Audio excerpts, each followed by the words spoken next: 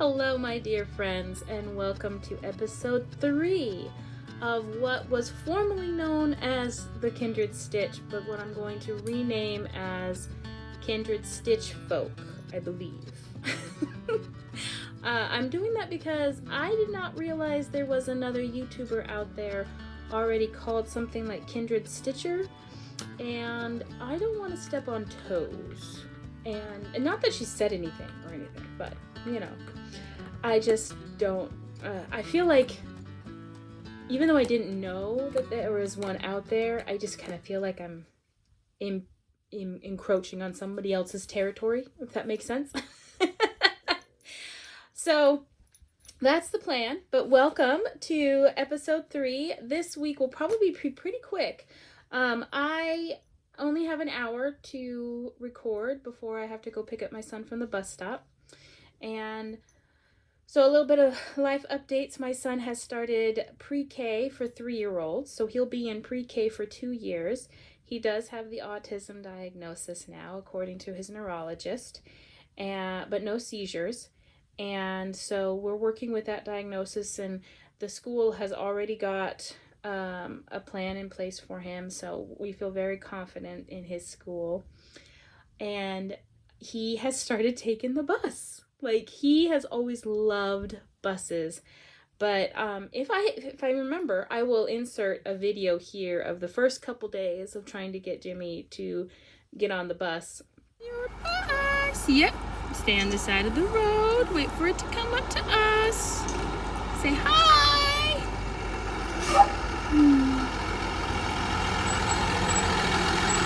Okay. What do you think? Want to give it a try? Come on. Wait, that was cool. Mama's hand? Wait, I forgot it's color. You say hi. Good morning. Come on. James, honey. Come on, give it a try. No? It's weird. I didn't have any problems the first day of school, but I am feeling like sick to my stomach right now, just following the bus and having Jimmy on the bus. I feel like I'm going to throw up. I'm so nervous, and I'm supposed to stay calm. I'm not supposed to get my heart rate up, but holy crap. I don't know. This is nerve-wracking. To ride to school, it was, first day was not successful. The second day was good, and I followed them behind them, but I got a little queasy because I was so nervous and so on. But I met them at the school and helped him get situated as normal. And then after that, he's just been a champ, just been awesome. And I've just been really enjoying it. Weather-wise, the weather has definitely turned here in Alaska. We are having colder weather. Lots of rain and overcast skies. In fact, I've barely seen the sun in a couple weeks. And our heater has mysteriously stopped working last night. So we've put a call into a technician. We're hoping to get them out either today or tomorrow. But in the meantime, we do have space heaters. But at the moment, I'm just trying to save energy by wearing one of my warmest non-knitted sweaters, because these dogs, their nails, Oscar, you look ridiculous. Their nails, they just snag on all of my knitting, and it's just, I'm tired of having to fix the snags, so I'm not wearing my hand knit sweaters today. I really want to. Watson knew better. Watson knew, like, not my old dog knew, but these guys, they're still learning, that's for sure. Especially Teddy. Teddy grabs on really good. I have today, before we get into that, actually, I forgot. The last thing for the update is I did go see my surgeon, and I am going in for surgery this Friday, which is the 12th of September. And we're putting in a stent into my leg, hoping that will fix the problem. The surgery itself will take about 2 hours, and then I need to stay in the clinic, or whatever you want to call it, the surgery center, for another 5 to 7 hours, laying flat on my back, to make sure that the stent and the vein doesn't collapse. And then I can go home, and then they said it'll probably take about a week or so of recovery. I'm not allowed to lift anything above 10 pounds, which puts out both my dogs and my son, which will not go over well at my home. Everybody wants to be held by mama. So, it's not going to go over well. The surgeon did not have a great bedside manner. She point blank, very first thing she said to me, not even saying hi, she said, your leg is going to have to be amputated sooner or later. But we could probably postpone that for about 20 years, hopefully. She kept on saying the word hopefully, as in, we're not really sure if we put in a stent. So what I'm gathering from everything, and then she said, what do you want to do? And I said, of course, the stent. And then I was in shock, complete and utter shock. But what I'm gathering is that the cancer that I had when I was 18, with all the treatments that I had, in particular the radiation afterwards, over time it's degraded my leg quite significantly. They keep mentioning these things of pockets or something like that, especially in my thigh bone. The thing that I'm confused about is I know quite a few people who have rods in their legs. Now, if we're really just concerned about the one vein and my thigh bone, why can't we do the stent and the rod and call it good? I don't know. I'm gonna continue to research this out and figure it out. But at the moment, I'm really just confused as to why 3 doctors now have immediately gone to amputation, and I am not cognizant enough in those meetings to ask why they're going to that extreme each time, because I'm in so much shock. So the next thing I'm going to do is that from now on, I'm going to be recording all of my doctor's visits. I'm going to be auto recording every single one, not video, just audio, so that my husband and I can listen to them back, and we can formulate a plan. We can figure out questions to ask, and then I'm going to write up my questions to have with me so that I don't have to remember them. So my husband and I have been talking about this extensively. We've got a whole plan. But the other thing is I have to go see a cardiologist because they're not sure that it's not systemic of my vein thing is not systemic of a larger heart problem. So we're not out of the woods. A lot of complications going on. A lot of frustration and fear on my end, although I did see my therapist yesterday and we brain spotted. If you don't know what brain spotting is, I can link a video below, but I can also talk about it in a later episode. I am a certified brain spotting therapist, which is just one below a consultant. So in my field of practice, if you're a licensed practicing clinician, you're an LPC. The highest level of certification you can get as a licensed practicing clinician is LPCS, which is a supervisor. So I am an LPCS. In brain spotting therapy, so the first part is you take the classes, then you do all of the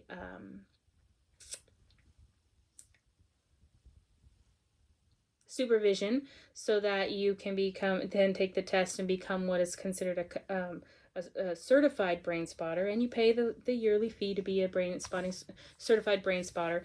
And then the consultant is the highest level within brain spotting. So it's similar to being an LPCS is a brain spotting consultant, and I'm working my way towards the consultancy. It just takes about 9 months to a year to get that one after you become certified. But anyway, why did I go on that tangent? With my therapist, who is new to brain spotting, mind you, but I'm an old hand at it, so I do brain spotting naturally with myself all the time.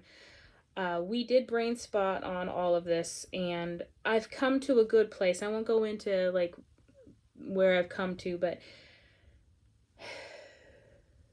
I've come to a place in which I can accept what is in front of me and not be happy about it at the same time.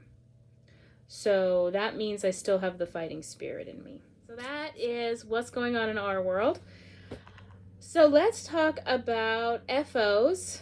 I don't have any that are fully completed FOs, but I do have 2 finished objects. One of which is from a little teeny tiny kit that I got and I stitched this up for my bestie Mary to go on her front door of her office. We call her office the lighthouse, and so I'm going to frame this up and we're going to put that on her door, and that will lead into future planning stitches later on. So, and then I completed my, what's it called? My stamped cross stitch of the mountain, which I absolutely adore. It's very stiff, very rug-like. It's because it's full coverage, you know. You can see here, I don't know what I did there. It seems to me that yeah, it is. I switched, because normally I, an upper left hand hold down to the lower right hand, and when I come back, is that right? Bump, bump, bump, bump. And it seems to me I switched around my stitching there. So you can see that, but you can see the slants are different.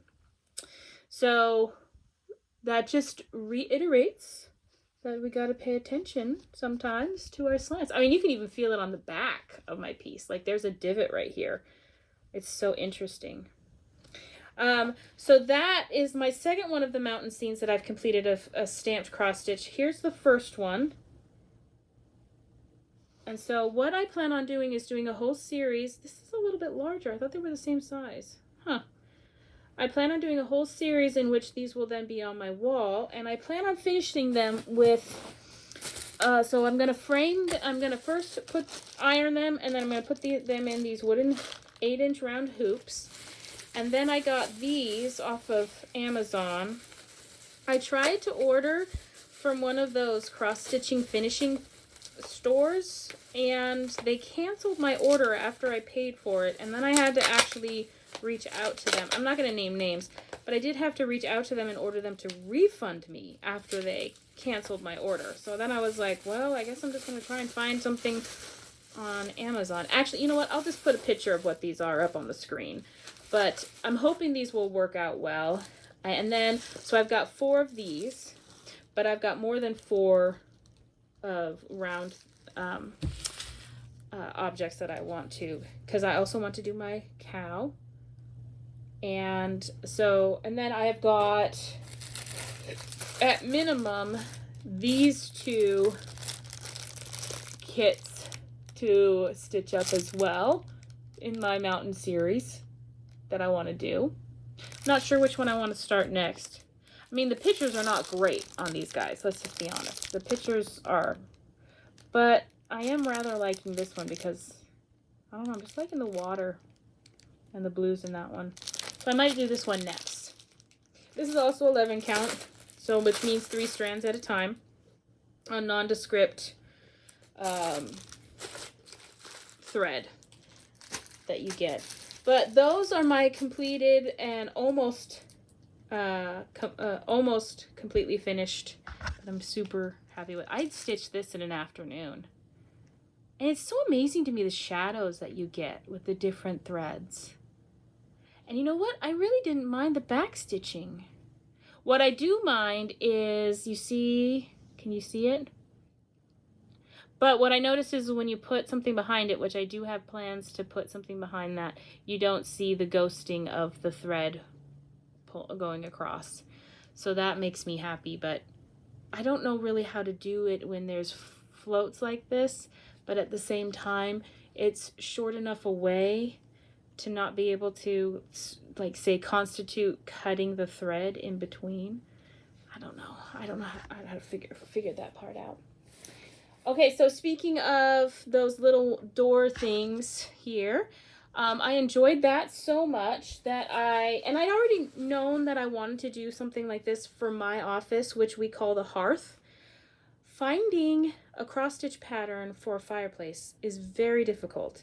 It's usually encased within a larger scene that's usually full coverage. I did find a couple. I think I'll put on the screen the one that I really like, which is this one in the bottle, but still, even that one, I'm going to have to do some modifications for because it's actually a Christmas scene with Christmas stockings hanging from it. And then I found another one that I'm not too keen on, and I'm not sure exactly why. If it's because it's the blockiness of it, of the design, if it's the colors, I'm not really positive why. And then I did find one other one that I really like, and it's very fascinating. I'm going to pull it up here while I put it on the screen. This pattern is called Davy's Den, and this is an instant PDF download, and there's a picture of somebody who has finished it, and it's gorgeous. But the item details is what I want. Read the item description. That's what I really want to read to you. So it says, picture this. 5 20-somethings move into a house together to save on rent. They're strangers when they move in, but soon become fast friends. Their house is the hangout spot for their larger circle, and there's always music on and food cooking. Davy Demir is the second character to meet in our series. They love a good read and have made the den their sacred spot in the house. Davy's Den is the second pattern in a brand new murder mystery series. Each pattern contains a clue for the who, what, when, where, and why. See if you can find the clue. And so it's just like so fascinating. She made a cross-stitch murder mystery, and I love it. And so the other ones I equally love. Let's see. So for instance, Kiki's Kitchen. Oh my gosh, I love this one so much. Kiki's Kitchen. I just love that one. That's part of the series. Then there's Saffron Studio. I know there's a glare. I apologize. And I know there's Luna's Living Room, which is my least favorite, but I still really like it. Probably my least favorite because there's a cat. I think that's it. Davy's Den, Wildfire. Yeah. And from what I can tell, I think you can get these either... Oh, wait, no. Gloria's Greenhouse. Oh, I love this one so much. Oh, I want to stitch this one really badly. Let's see if you can... Is that better or worse? I don't know. I want to stitch all of them and then try to solve the mystery. That would take years. Right? But there's just so, all her patterns are just so amazing. Oh my gosh, Kitchen Garden. Guys, this Kitchen Garden sampler. I mean, go over to Etsy and find this designer, Diana Waters Handmade. She's out of Canada. Just amazing. But anyway, so I'm leaning towards Davy's Den as being my sign. But then that would mean that mine is bigger than everybody else's. So, okay, one more time. Let me show you one more time. So one thing that I thought I could do instead is, so my 2 favorite features of this are the 3 favorite. Fireplace, the logs, and the fox. So I thought I could just cut off right around there and just do that for mine. So it would be this approximately the same size as what I've got for Mary's door. Because here's the others that I'm going to do. I've already picked them out. So for each of my friends, they each have a theme to their offices as well. And so my friend Corey, his theme is the compass. Then we've got Neslin, which is the nook. We've got Kalina, which I believe is the hideaway. I always forget if that's what she chose. And then, let's see, we've got Laura, who has True North. We've got, and I'm putting all the pictures of all of these up there. We've got Scott with the Citadel. we've got Ollie and Callie with the junction. I can't remember if Jennifer is the peak or if, yeah, I can't remember. But hers is a mountain scene. Then we have Amy with the snug, as in like an English snug. Daniela with the tree. And then we have Sarah with the trailhead with the feet, which I love that, by the way. Then we have Sarah and Ollie with the meadow, but I think they decided the feet they liked instead. So I guess I'm doing the feet for them and Samantha. Then where was Amy? Oh, and then we have Liz with Bob Ross, because hers is called the studio. Those are the ones that I have going for everybody. And so that's what I'm going to be focused on as I heal up. So a lot of the threads, on Sunday what I did was I went through all my threads because I wanted to see how much I could kit up before the surgery. I'm missing quite a lot, most of the threads actually, but I was able to organize my threads into like 100 increments. So like we've got, well, for the 100s, anything below 100, I just put in with the 100s because I have some that are 24 and 25 and 22 DMC threads. But then like the 200s, the 300s, 400s, all the way up to the 37, 3800. I've got them all in their own little Ziploc bags. And then what I also did was I was able to kit up for Corey's compass. I was able to kit that up. I was also able to kit up Callie's road / junction. So I have those plus I'm just using some DMC 14 count. Everybody's going to be on 14 count. If that means that theirs is going to be a little bit bigger or a little bit smaller, so be it. But I love this little bag here that I have. So it can fit all of them in there very easily. It has a front pocket in which I have my scissors and my needle threader and my needles. And my stitch keeper. I want to find a cross stitch that has Golden Girls on it. That's what I need for me in my life. So I've got those all ready to go. So that's what I'm going to be focused on as I'm healing.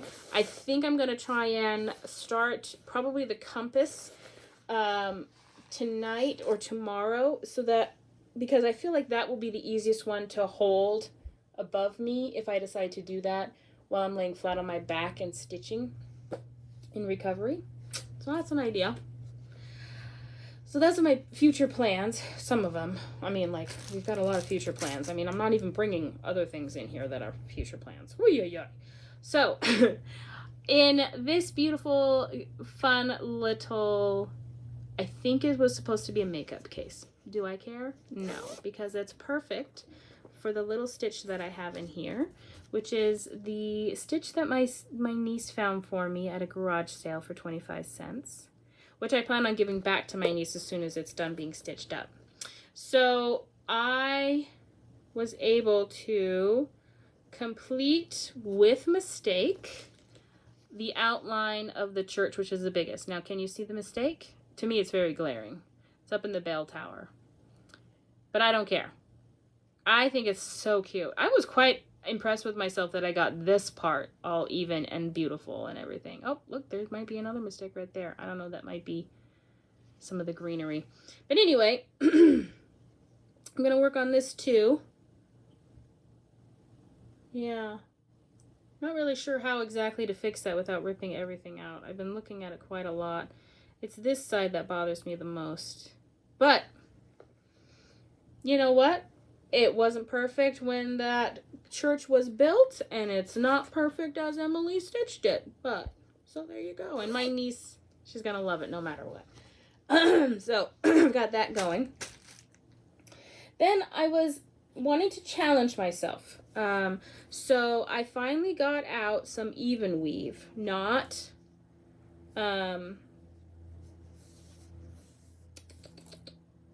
not Ada. And I decided to figure out how to work with it. So I got out 28 count, because it was the only thing I had, of even weave, and I started stitching on this little house. Now, I started doing it this way because I'm used to stitching 1 or 2 over 1 or 1 over 1. I can do that. But I did know, I watched a lot of videos and read a lot that on even weave, it's not uncommon to do something like, especially on 28 count, to do something like 2 over 2. So my thought process is that I'll do this teeny tiny house down here of 1 over 1. And then up here, I'm going to do the exact same design, but I think it's going to be 2 over 2. It might be 1 over 2. I don't know. I have to figure that out. But I redesigned all of the colors in this. This is not what was in the pattern, but you can see that here's going to be the climbing ivy. I have to complete the chimneys and the windows. The door I made because I love the combination of pink and navy blue, and I also love the combination of pink and brown. So I thought I'd put them all together in a house. So the shutters are going to be navy blue, and I'm going to use yellow for the windows themselves to indicate light coming from within. And then I'll do the back stitching, and then I'll move on to up here with the big one. And I'm loving it. This has been really challenging. I've had to use my big bifocals, my magnifying bifocals, which are back here somewhere. Come on, you can do this. There they are. And I think I need to go up one in my magnifying. But I do like these, although after a while I do tend to get a headache, not because of the viewfinder, but because of the earpiece and the nose piece. So I put this on, and I can turn on the light and brightness figure out, and then I can look down here. Oh man, that's like at least 2 times bigger. And then sometimes I can watch a show, but normally I'm listening to a podcast because it just hurts too much to be going up and down. So I've been doing that with this. So that works. If you want, I can put the link to Amazon where I got those, and it comes with a bunch of different strengths as far as magnification. So that's been very helpful. I did a new start with the first day of my son's school, which I'm not really enjoying. I'll be honest. My thread is right there. But it came as a kit when I got... Where are my glasses? There they are. When I think I got Stitcher's World? It's the one out of England, the Stitch magazine out of England. Anyway, so what I got was... Oops. That. The World of Cross Stitching. That's the magazine. So that's what I got, which I think is very cute. Very cute. This is where I'm at. I've got, oh, hold on. I've got some of the sky in, which are just tent stitches, and almost completed both of the kites minus the back stitching. And I don't know.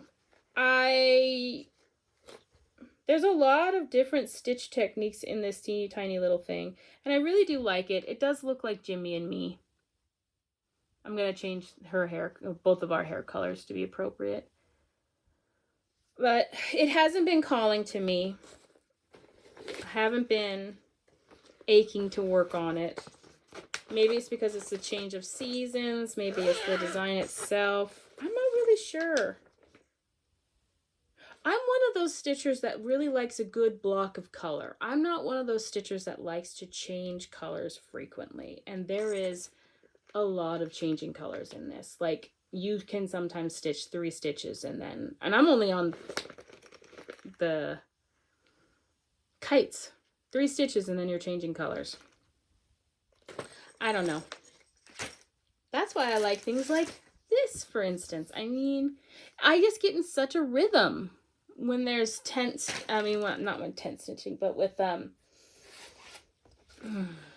block stitching. Speaking of block stitching, the stitch that I wanted to cast on for my birthday finally arrived. And so I started kitting it up using everything in there. Ooh, this feels a little damp. I wonder why. But it is Thirst for Adventure, which I love. Okay, so I can't seem to find Saga. Is that only online or something? Is there no app for it? I got a screaming hot deal on a Samsung tablet. I got the, sorry, you just got to see my pores. The Galaxy Tablet 9Q, A9 Plus. I got it for like $70. And so I thought, okay, well, there seems to be a lot of opportunities to use digital patterns more on a Android device than there is on Apple. So I'll go ahead and do that, and I'll see if I can't make it work. So I got Pattern Keeper at least. I found that one. Did not work in Pattern Keeper. Nothing, actually, I have tried in Pattern Keeper has worked. It's been very frustrating. And I can't find Saga. So can somebody let me know, is Saga only an online thing? Because even when I just Googled Saga, Pattern Keeper, I got Pattern Keeper, but I didn't get Saga. And then anything that, if I just do Saga, I get all kinds of other companies that come up, like even tech companies and stuff. And so I'm really confused. I don't know what to do there. If somebody has any advice, I would love it. So I thought I would try something different too on this one. I thought I would try marking up my fabric that came with the kit to be to denote every 10 stitches, right? So I've done that on here. This was quite a learning curve for me. It's a good thing these are heat reactive pins, because I had to iron this with my mini iron quite a few times to start over.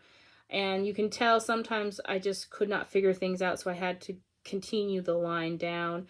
I don't know if you can see down there. Yeah, you can see all the old marks down there as I was trying to figure things out. But I did figure it out. And I was going to start stitching on this immediately, but I wanted to try doing the Saga thing. So I haven't started stitching on it at all. But I love, like, I'm so excited. Look at the mountains in the background. I just love this. And there's enough block stitching in this to keep me happy. So there's a lot of back stitching. Do you see all the back stitching? So when I'm done, I'll get some more practice with back stitching. There you go. I have not touched my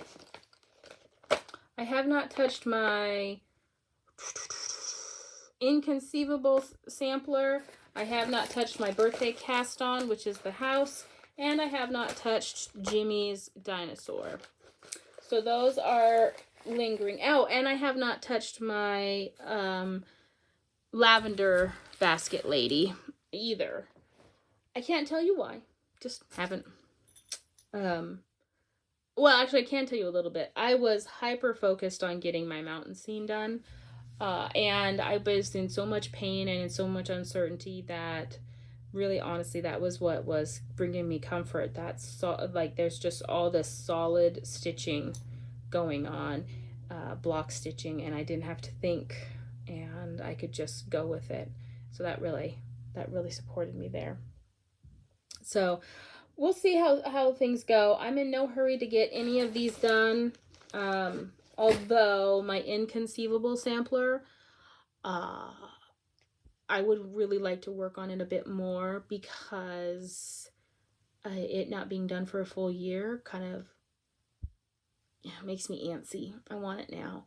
And I did think to myself that I would like to put it in a frame and then use, like, I think I might want to try my scroll frame that I bought.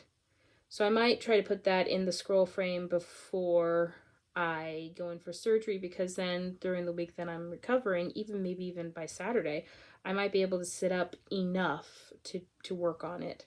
So as far as knitting, I haven't done any knitting or crocheting, but I thought I would share with you my husband's favorite things that I've ever knit him. I wish I could tell you that it was the wedding sweater that I knit for us. We don't have matching wedding sweaters, but the colors are matching, and then the designers are matching. It's the same designer, Tin Can Knits, and then just they're different sweaters. And then I use the same yarn for each of our sweaters, but of course the colors are turned around, and it looks so cute. Here, you can see those are our sweaters in that painting right there. One of my dearest friends took our engagement photo and painted it for us. So I hope I got that in frame. Who knows? Maybe. But his favorite things, because winter's coming on, so I need to bring out stuff and start washing them and getting them dried. So his absolute favorite is these long fingerless mitts that I made for him, that I just designed myself. This is not with a pattern. I cast on this is sport weight, and I cast on using a US size 2 needle, and I cast on 72 stitches as if I was going to knit a sock for him. And then I just did 1 by 1 rib. And then when I felt like I had the cuff well enough, I did this, and I know exactly how to do my thumb increases because I've done so many of these that I just did it. And then when I thought that I had it long enough, I wanted these to be so long that they would cover up his fingertips, which they don't when it's on, because my husband is a giant and his hands match his size, so his fingers are really long. You know, he's a Norseman, so you know they're big fellas. But anyway, so he has the option. If he's cold, he can have it unfurled. If he's not cold and he wants to have better, he folds this up. This is 99% of the time what he uses. And he never folds down the thumb because, of course, the thumb is not long enough as even unfurled. So he wears these. And this is just a opal skein of yarn. Nothing special. He has requested that I make him another pair of this. And I couldn't find his alpaca mittens that I made him, but that is his absolute favorite. But alpaca is too slippery to use for gloves on their own because, you know, everything will just slip through. So I'm trying to figure out what I want to do there. Do I want to just hold a nylon thread with it? Do I want to get an alpaca mix yarn, which I don't have? I just only ever buy 100% alpaca because I usually just do lace weight alpaca from Knit Picks and make it into a shawl because it makes such beautiful lace shawls that just give it a little halo. Oh, it's so wonderful. And I prefer that over, say, mohair. So I'll often use lace weight alpaca when the pattern calls for mohair, holding double with wool, because mohair, I'm fine with knitting with it, cannot wear it. I get so itchy. Alpaca does not make me itchy at all.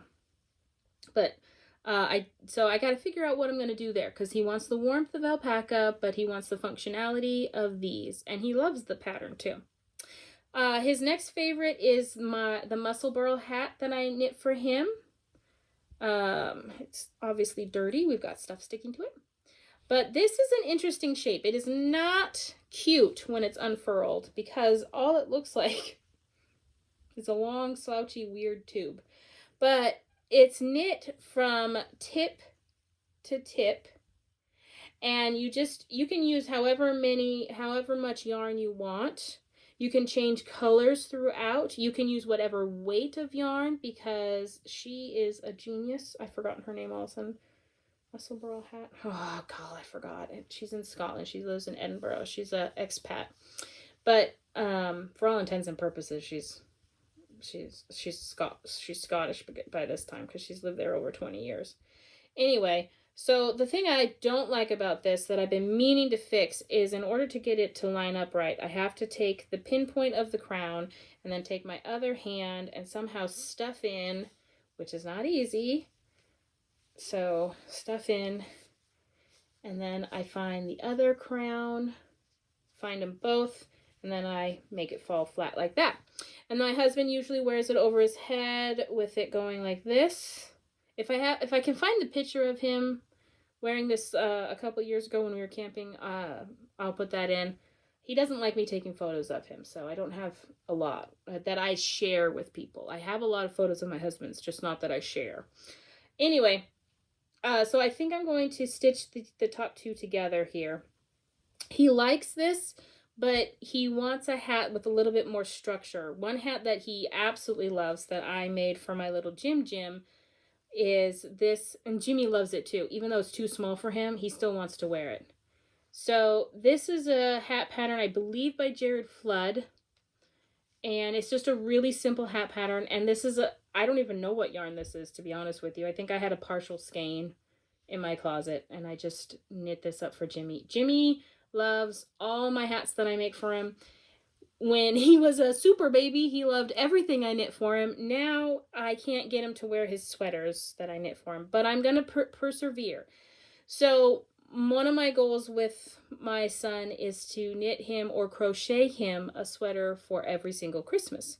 So Christmas's time is coming up on us. It takes me anywhere from a month to 3 months to crochet/knit Jimmy a sweater for Christmas. So I need to start planning that out. So I do need to start looking at that. So that will be in the works as well. I don't know, might even be cast on by the next time I see you. But these are some of my their favorites. The next time I come on, I'll show you some of the favorite shawls of mine that I've knit for myself of all time. I probably won't share any of the shawls that I've given away to other people, because I know that my people love them. It's just I don't know if they will want me to share photos of them. And that's really the only ones that I have of those shawls, is with my friends wearing them. All right.